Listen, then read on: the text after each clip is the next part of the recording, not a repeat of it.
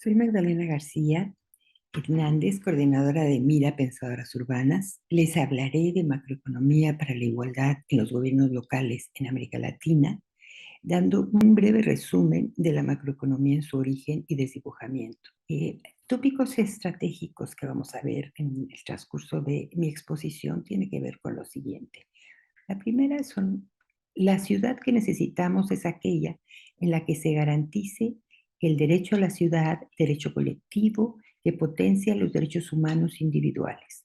En materia de instrumentos, reconocemos la importancia de la macroeconomía, que nos habla del comportamiento de la economía en su conjunto para enfrentar las múltiples crisis que nos aquejan, la ambiental, la financiera, la económica, etcétera. Los componentes de la macroeconomía también los utilizan los gobiernos municipales. Finalmente, en este de instrumentos, el presupuesto, que es el gasto, el ingreso y la deuda pública, es un componente central para que todos y todas podamos acceder y disfrutar de nuestros derechos humanos. En materia de diagnóstico, las desigualdades de género afectan en mayor medida a las mujeres y el presupuesto es un instrumento central para erradicarlas. América Latina es una de las regiones más desiguales del mundo. Enseguida veremos esta diapositiva que está muy cargada, pero que pretende hacer un resumen de lo que significan las escuelas en pugna, que incluso en estos momentos de pandemia, que todavía no podemos decir que de pospandemia, se dirime su utilización. En esta diapositiva destaco el origen de la macroeconomía por el economista inglés John Maynard Keynes en la década de los 30 del siglo XX como solución a la Gran Depresión de 1929, pero que se logra aplicar de hecho hasta el término de la Segunda Guerra Mundial con el Plan Marshall, etcétera. No entraré en detalle, pero es para evitar esas crisis recurrentes tan fuertes que tenía en ese principio, en principio del siglo XX, y en 1929 sucede esa gran crisis. Esta escuela de pensamiento económico se abandona a principios de los años 80, cuando se inicia la aplicación del modelo económico neoliberal.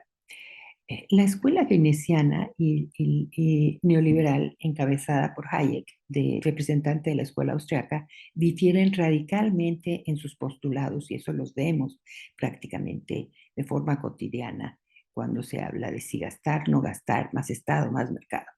En síntesis, Keynes proponía buscar un elevado nivel de producción y empleo con estabilidad en el nivel de precios, atenuar los ciclos económicos mediante la intervención estatal para reducir las brechas de desigualdad con políticas de fomento, de redistribución, de provisión y de estabilización. En tanto que Hayek buscaba recuperar el crecimiento de las economías avanzadas a, a través de reducir los salarios para dejar más recursos para la inversión privada, algo muy parecido a lo que se decía en el 29 y que no logró resolver el problema, con una participación gubernamental que apoyara esta propuesta, que esta participación fuese mínima y que se colocara en el centro la eficiencia del gasto público, o sea, gastar menos para hacer más, pero cuando se gasta menos, alguien tiene que hacer lo que el gobierno deja de hacer, ¿no? Para que el gasto público lograra su reducción mediante la austeridad. En la adopción de estas políticas destacó que frente a las crisis de gran magnitud, como la de 2008 y 2009 o la de 2020 y 2021, se ha recurrido en ambos casos a políticas keynesianas para salir de estas crisis. ¿Por qué no seguimos por este camino una vez superada la crisis? ¿Por qué regresamos a las políticas de austeridad, como se señala ahora para 2022, lo que nos empobrece a todos y solo beneficia cuando más al 1% de la población mundial? El regreso a políticas de austeridad en 2022 configura una perspectiva muy desfavorable para las ciudades latinoamericanas. El modelo keynesiano se abandonó no por su fracaso. Yo no coincido con eso, y bueno, muchos economistas no coincidimos con eso, sino por los efectos del diseño del sistema monetario internacional adoptado en Bretton Woods en 1944, contrario a la propuesta keynesiana, el que concentró el poder en un solo país, los Estados Unidos. Diseño que mostró su inestabilidad tempranamente junto con la carrera armamentista de la Guerra Fría que aún continúa, ¿no? La salida del patrón oro de Estados Unidos fue en 1971, pero ya desde antes esa economía estaba mostrando una serie de desequilibrios que afectaban a nivel global. Los resultados de esta propuesta de Hayek han sido que no se recuperó el crecimiento del PIB, aumentó la deuda externa para todos los países, aumentó enormemente la desigualdad social, que es una desigualdad programada. Ellos están queriendo tener una mayor desigualdad para tener más recursos para la inversión, sin pensar que también los trabajadores cumplen una función de consumidores. Se dio una financiarización económica muy fuerte, el sector financiero fue mucho más rentable que el sector real de bienes y servicios, hubo un desmantelamiento de gobiernos y sus políticas. Está habiendo mucho mayores disturbios y violencia. El Fondo Monetario Internacional tiene un índice de disturbio social al respecto y eso lo consigna. Hay mucho mayor deterioro ambiental, hay mayores movimientos migratorios, hay una exacerbación de la discriminación racial, hay un aumento muy fuerte del crimen organizado en América Latina y en algunos países con mayor fuerza. En este caso, la contribución de las mujeres a la eficiencia, principio de la política neoliberal, fue con el aumento y mayor intensidad de sus jornadas de trabajo reproductivo, doméstico y de cuidado, y productivo, con menores salarios para trabajo de igual valor, y con la erosión sindical, porque los empleadores preferían a las mujeres por su menor proclividad a la sindicalización. Sucedió también una raquítica incorporación de la igualdad de género en el presupuesto.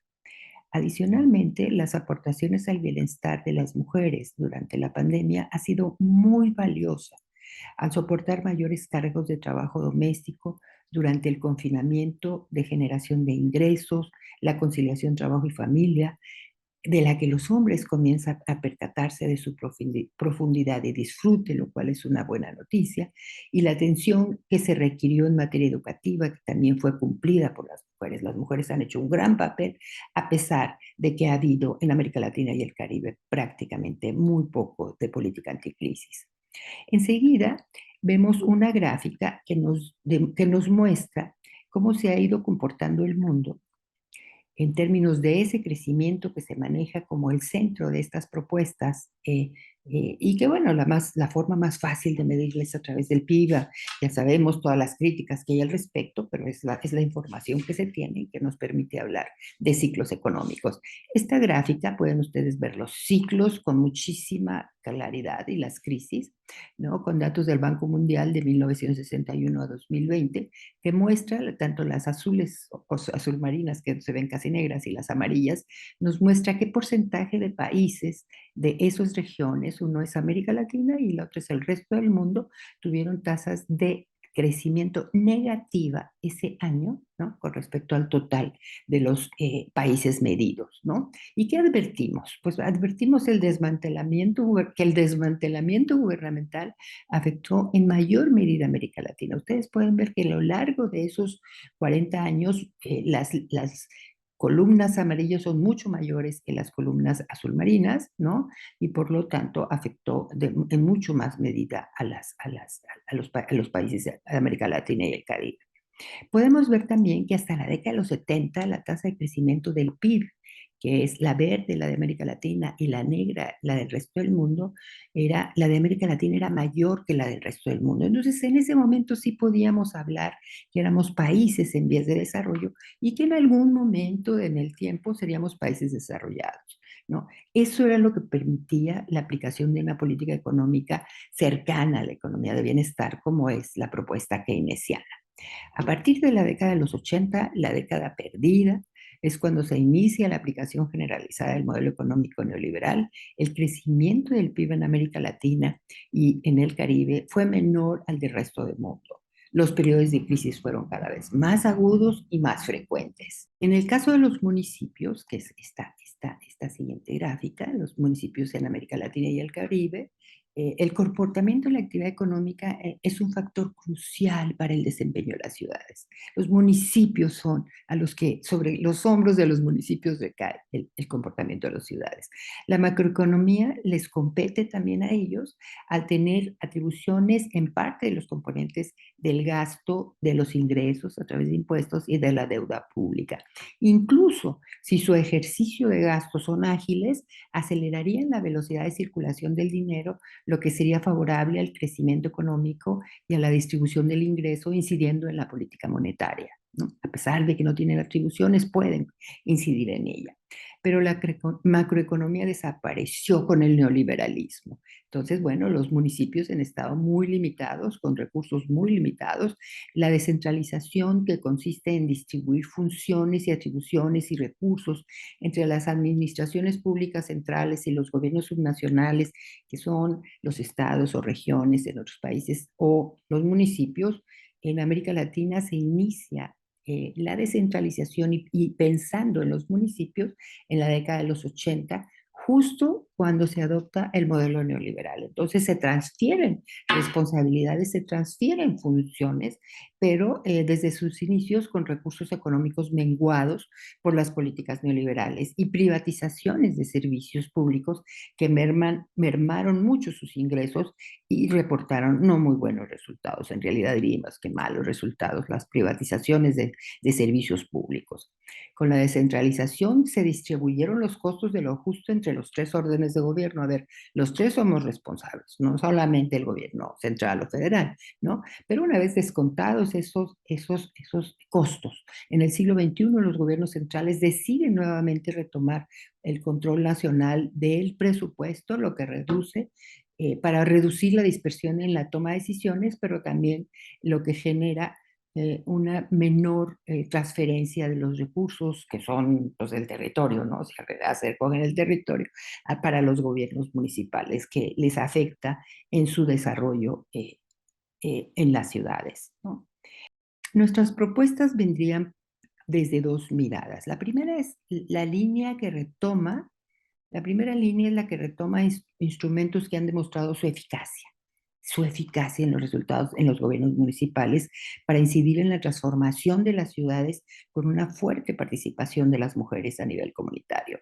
El primer instrumento es el que proponemos, es la instrumentación significativa de los presupuestos participativos, área de actuación con múltiples ejercicios con perspectiva de igualdad entre mujeres y hombres en la región, y es un ámbito que forma parte central de las atribuciones de ONU Habitat. Incluso los primeros ejercicios de hace varios años, ONU Habitat ha tenido un papel destacado en ese terreno. Por otro lado, necesitamos acelerar la aplicación eficaz de la gestión para resultados, no en abstracto, de los gobiernos municipales. Esta arquitectura institucional presupuestal que se aplica en todas partes, en la mayor parte del mundo, tiene que ser en el marco de los derechos humanos para reducir desigualdades, a reducirlos, las brechas de desigualdad social y las brechas de desigualdad de género. Esto se puede hacer con una alianza entre ONU Habitat, Banco Mundial y bancos regionales, el BID en el caso de América Latina, para aplicar bien esta gestión para resultados con base en los derechos humanos. Por otro lado, en la participación social, que es muy importante y es muy poderosa, hemos estado proponiendo desde el año pasado en el foro de Beijing, en el foro Generación de Igualdad, la creación de una red de inspectoras fiscales sin frontera, con el apoyo de la OCDE y PNUD, que tienen un mecanismo parecido para recuperar impuestos, evasión y elusión fiscal de empresas transnacionales, pero que en este caso sería para grupos territoriales de mujeres que intercambien y difundan metodologías y buenas prácticas presupuestales para la igualdad entre mujeres y hombres a nivel global. Enseguida, participar y promover el fortalecimiento de las agencias de desarrollo local, que ya han sido planteamientos de ONU Habitat, de Habitat 2, como sea que se llamen estas agencias de desarrollo local, que pueden tener muchos nombres en los municipios, para la reflexión cotidiana y participativa de la ciudad que necesitamos. Y finalmente, en esta línea, en esta primera línea, crear institucionalizar los observatorios urbanos con sistemas de información poderosos, digitales y referenciados y desagregados por sexo. Por último, en la segunda línea de propuestas se refiere al desarrollo de nuestro pensamiento crítico. Que la población y la burocracia sepan de economía para no seguir creyendo que eso lo resuelven los que saben. La economía es muy sencilla y la vivimos cotidianamente. La reflexión y el debate cotidiano reduciría la explotación y el abuso que existe de quienes han generado opacidad y en las explicaciones rebuscadas de fenómenos económicos que no son complicados. Resulta necesario también exponer con claridad por qué es grave regresar a las políticas de austeridad. No es posible que sigamos en las políticas de austeridad. Que la inflación tampoco se combate aumentando la tasa de interés. Lo que va a generar estancamiento, va a agravar enormemente la deuda externa, que está en el ámbito de las necesidades de otro sistema financiero internacional. Entender también que ningún gobierno achicado y debilitado podrá construir un país con ciudades seguras, productivas e incluyentes. Otorgar mayor representación al municipio en no hábitat, pues para transformar nuestras ciudades con gobiernos municipales no es posible hacerlo si nuestros municipios no son reconocidos, capitalizados y considerados. Lograr transformar nuestras ciudades para un mejor futuro urbano requiere de cambios estructurales globales, pero también si hay una participación social copiosa, como se ha estado dando en torno a la nueva agenda urbana, podemos lograr salvar nuestras vidas y la del planeta. Muchas gracias.